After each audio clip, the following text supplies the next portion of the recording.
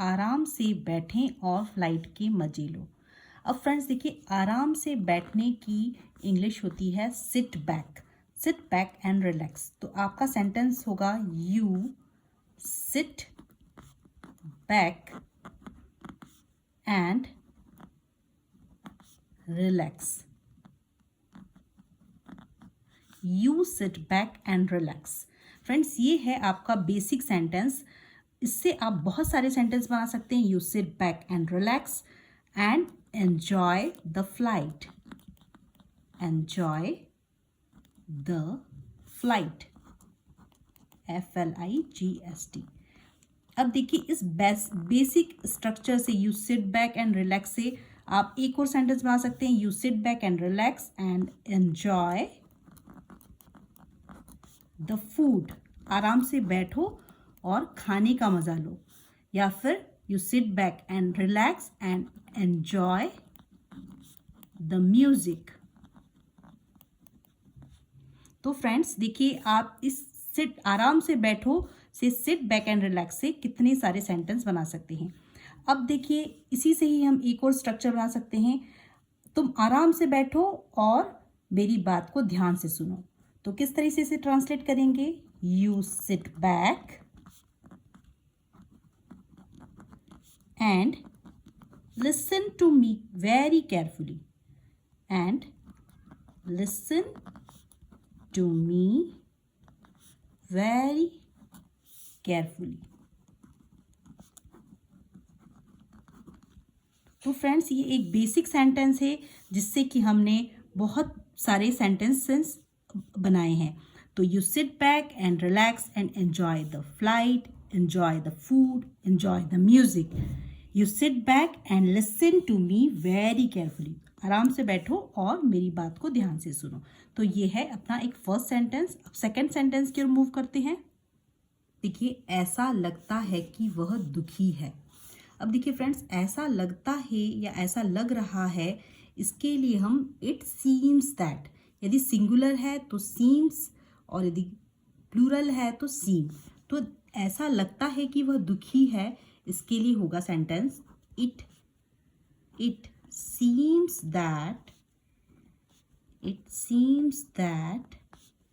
He is sad.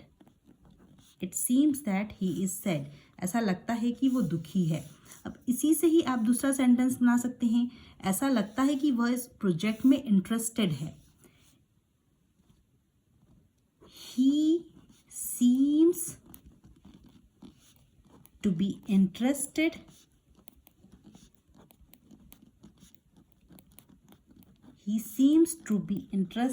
in the project।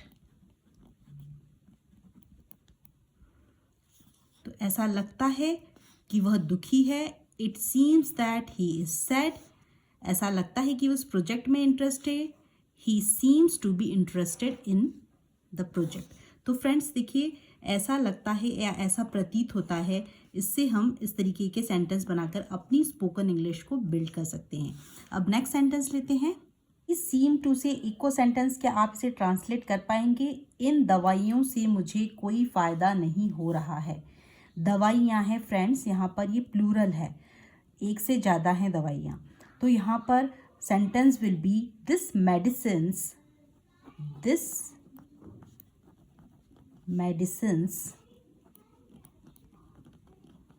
Do not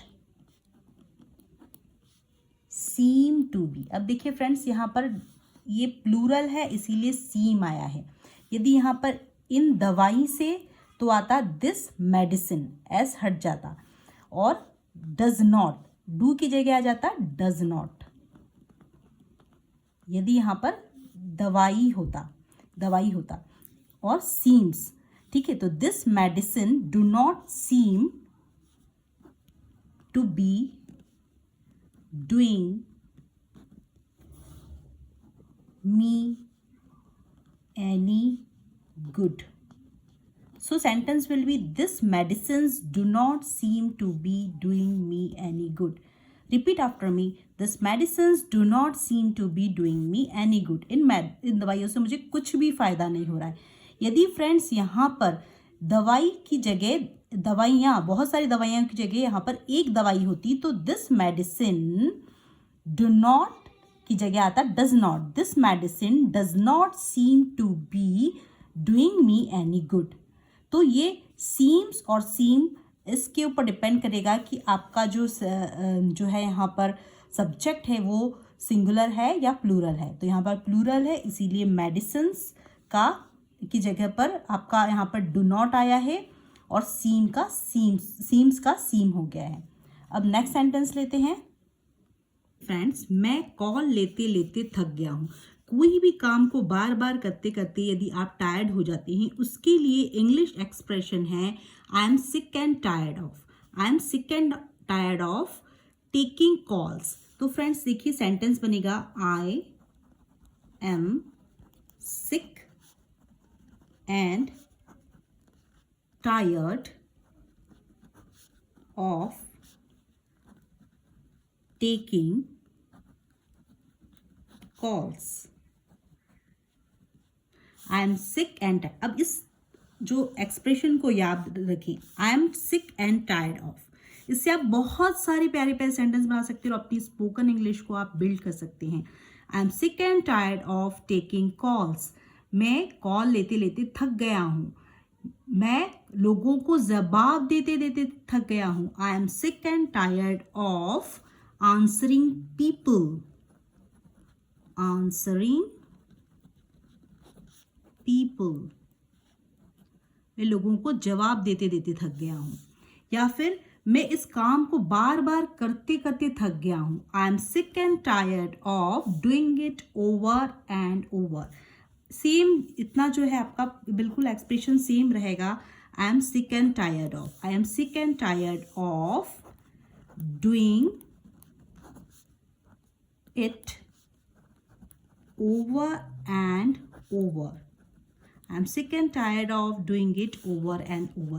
तो देखिए friends, किसी भी काम को एक बार करते करते थक जाने के लिए एक खूबसूरत छोटा सा एक्सप्रेशन याद रखो और उसे अपनी स्पोकन इंग्लिश में इन्वॉल्व करो और उसे ढेर सारे सेंटेंस बनाओ।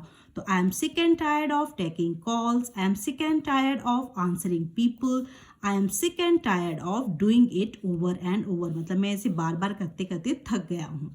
अब नेक्स्ट सेंटेंस लेते हैं। सेंटेंस से इसका दिमाग खराब हो गया है क्या, इसका दिमाग खराब हो गया है क्या, हम कहते ही हैं ना जनरली। अब इस सेंटेंस के लिए फ्रेंड्स एक एक्सप्रेशन है जिसे कहते हैं out of his mind, out of his mind. जैसे तो हम यदि हम नॉर्मल इंग्लिश में इसे बनाएंगे, बेसिक इंग्लिश में बनाएंगे तो हम बनाएंगे is he made, is he made. Okay, क्या ये पागल हो गया या इसका दिमाग खराब हो गया, इज ही मेड। या फिर हम इसे एडवांस स्ट्रक्चर में बनाएंगे, क्योंकि चूंकि ये क्वेश्चन है इसीलिए इस पहले आएगा। इज, लड़का है तो ही, लड़की है तो she. Is he out of his mind, out of his mind, is he out of his mind, is she out of her mind, is she out of her mind. अब देखिए फ्रेंड्स, यदि इसी की जगह आपको कहना हो कि तुम्हारा दिमाग खराब हो गया है क्या, are you out of your mind, are you out of your mind, are you out of your mind. ये फ्रेंड्स कितने प्यारे प्यारे सेंटेंस है, क्वेश्चन है इसीलिए फर्स्ट आएगा आपका helping verb. Is he out of his mind, is she out of her mind, are you out of your mind.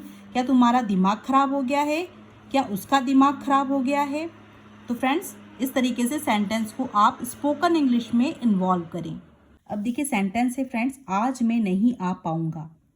Friends इसके लिए एक सिंपल सा सेंटेंस है, I will not be able to, I will not be able to. और इससे आप बहुत ढेर सारे सेंटेंस बना सकते हैं।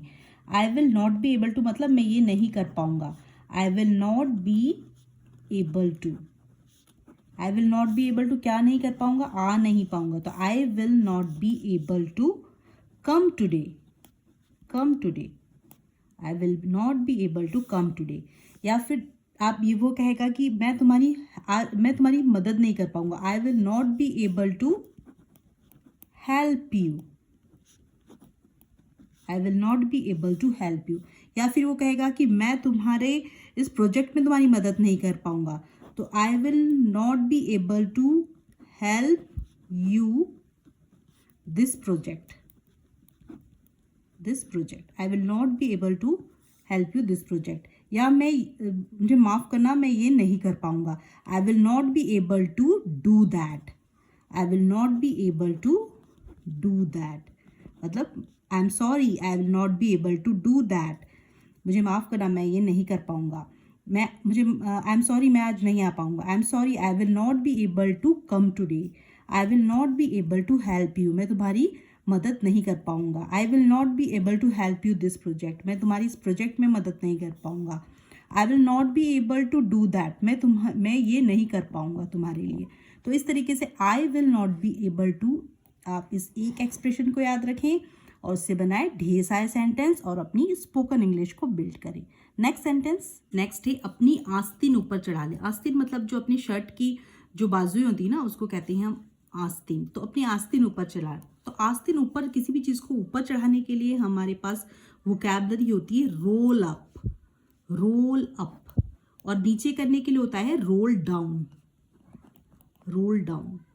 तो अपनी आस्तीन ऊपर चढ़ा, roll up your sleeves, roll up your sleeves, sleeves की SLEEVES, roll up your sleeves, roll up the window, खिड़की ऊपर कर दो, the window, roll down the window, खिड़कियां नीचे कर दो, roll down the window.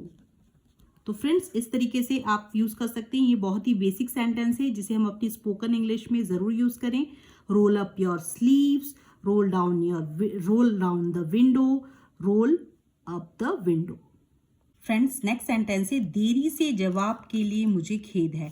Friends, कोई आपको मैसेज करता है और आप इसके मैसेज का जो रिप्लाई है बहुत देर से देते हैं, तो उस रिप्लाई के रेस्पॉन्ड में आप उसे इस तरीके से मैसेज लिख सकते हैं फॉर्मल वे में। यदि आपका बॉस आपको इस तरीके से मैसेज करा और आपने लेट रिस्पॉन्ड किया है, तो आप वहाँ पर लिख सकते हैं आई am sorry for the delayed respond, I am sorry for the delayed मतलब लेट से जवाब देने के लिए, आई am sorry for the delayed respond, I am sorry for the delayed respond. या फिर यदि आपने मैसेज किया और फिर आपको कोई इस तरीके से कह रहा है कि मैं तुम्हारे जो एक अनुकूल या तुम्हारे रेस्पॉन्ड का मैं बहुत उत्सुकता से, बेसब्री से इंतज़ार कर रहा हूँ, तो आप इस तरीके से लिख सकते हैं कि I am eagerly looking forward to your favourable response, मैं तुम्हारे जवाब का बेसब्री से इंतज़ार कर रहा हूँ। आई एम ईगरली मतलब उत्सुकता से, आई am eagerly looking forward. Friends, ये एक यहाँ पर आपका फ्रेजल वर्ब है। लुकिंग फॉरवर्ड मतलब किसी चीज़ को सर्च करना या इंतज़ार करना। आई एम लुकिंग फॉरवर्ड, बेसब्री से इंतज़ार करना। I am eagerly looking forward to your favourable मतलब आप जैसा चाहते हैं हम उसी तरीके का आपको रेस्पॉन्ड करेंगे। तो I am eagerly looking forward your favourable respond, RESPONSE respond. या फिर आप इस तरीके से कहते हैं I am waiting for your reply, मैं तुम्हारे जवाब का इंतज़ार कर रहा हूँ। I am waiting for your reply, I am waiting for your reply. तो फ्रेंड्स देखिए, यदि देरी से जवाब दिया है तो इस तरीके का मैसेज डालें, आई am sorry for the delayed respond. या फिर आप इस तरीके से, यदि किसी ने जवाब दे दिया है और आप उसे मैसेज लिखें कि मैं तुम्हारे एक अच्छा रेस्पॉन्ड का मैं उत्सुकता से इंतज़ार कर रहा हूँ। तो I am eagerly looking forward to your favourable respond. I am eagerly मतलब मैं तुम्हारा उत्सुकता से तुम्हारे जवाब का इंतज़ार कर रहा हूँ। I am eagerly looking forward to your favourable respond. या फिर मैं तुम्हारे जो रिप्लाई का इंतज़ार कर रहा हूँ, I am waiting for your reply, ये सिंपल लैंग्वेज में, सिंपल इंग्लिश में आप कह सकते हैं, बेसिक इंग्लिश में, I am waiting for your reply. Next sentence है फ्रेंड्स, चलो मिलकर गाते हैं। चलो मिलकर गाते हैं और मजे करते हैं। Sing along and enjoy the music. Sing along and enjoy the music। sing along and enjoy the music, ये सिंपल सेंटेंस है। sing along and enjoy the music। हम बेसिकली सब एक साथ में मिलकर जब गाते हैं तो कहते हैं चलो मिलकर गाते हैं, sing along and enjoy the music। अब फ्रेंड्स देखिए नेक्स्ट सेंटेंस है, मैंने उनके पैसे बर्बाद करवाए। अब देखिए फ्रेंड्स, मैंने उनके पैसे बर्बाद करवाए मतलब जैसे मान लो किसी ने किसी स्केटिंग में या स्विमिंग में उसने किसी के पेरेंट्स ने पैसे डलवाए, या किसी ने सोचो स्पोकन इंग्लिश के कोर्स करवाने के लिए पैसे डलवाए और उसने उस कोर्स को अच्छे से नहीं कराया, तो उसने उस जो पैसे को क्या कर दिया, उसने वेस्ट कर दिया, पूरा का पूरा वेस्ट कर दिया, जिससे कि उस पैसे का कोई यूज ही नहीं रहा।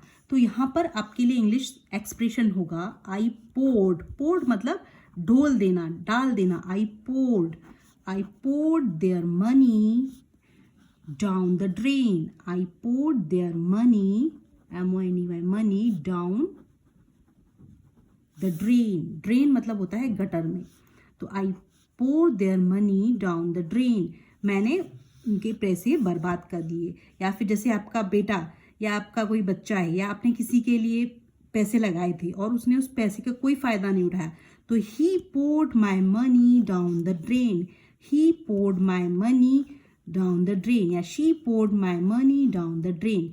ये एक इंग्लिश एक्सप्रेशन है, इसे आप इस तरीके से सीख लें और अपनी स्पोकन इंग्लिश में यूज करें। नेक्स्ट सेंटेंस फ्रेंड्स, एक फनी सा सेंटेंस बनाते हैं, ये इंग्लिश मेरा पीछा नहीं छोड़ेगी।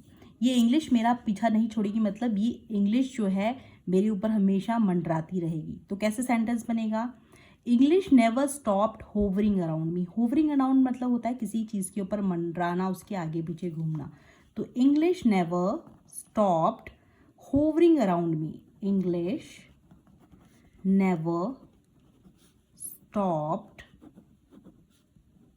English never stopped hovering. Hovering मतलब होता है किसी चीज़ के ऊपर मंडराना। मंडराने की इंग्लिश होती है होवरिंग अराउंड मी। तो फ्रेंड्स, इंग्लिश तो आपका पीछा नहीं छोड़ने वाली है, तो इससे अच्छा है कि आप अच्छे से इंग्लिश को पढ़ ले, सीख ले और अपनी स्पोकन इंग्लिश को बिल्ड करें और कॉन्फिडेंट साउंड हो। तो इंग्लिश मेरा पीछा नहीं छोड़ेगी। English never stopped hovering around me. फिर से एक बार मेरे साथ में रिपीट करें, English never stopped hovering around me. Great.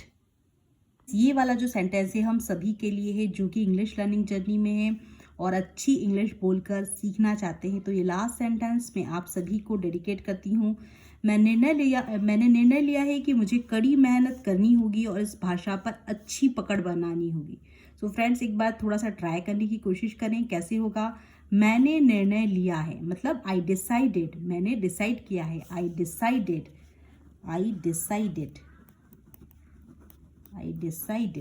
Okay. मैंने निर्णय लिया है मतलब मैंने निर्णय लिया है। I decided I have to work hard and get good hold over the language.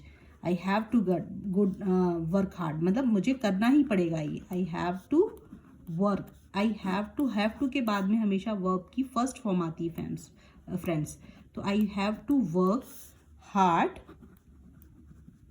And get good hold. Get मतलब किसी चीज़ को प्राप्त करना, get good hold. Good hold मतलब किसी भी लैंग्वेज के ऊपर अच्छी पकड़ होना, मजबूती होना। गुड होल्ड ओवर किसके ऊपर, the language, the English language, LANGUAGE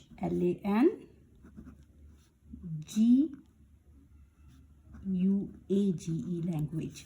तो I decided I have to work hard and get good hold over the language. तो मुझे इस लैंग्वेज के ऊपर अच्छी पकड़ करनी होगी जिससे कि मेरी इंग्लिश मजबूत हो सके और मैं ज़्यादा नेटिव स्पीकर की तरह स्पीकिंग कर सकूं, बोल सकूं।